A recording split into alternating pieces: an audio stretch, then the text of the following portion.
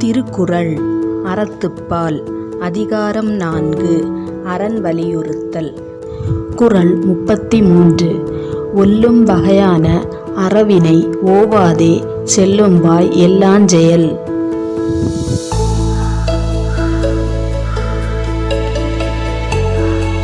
விளக்கம். செய்யக்கூடிய வகையால் எக்காரணத்தினாலும் விடாமல் செல்லும் இடமெல்லாம் அறச்செயலை போற்றி செய்ய வேண்டும்.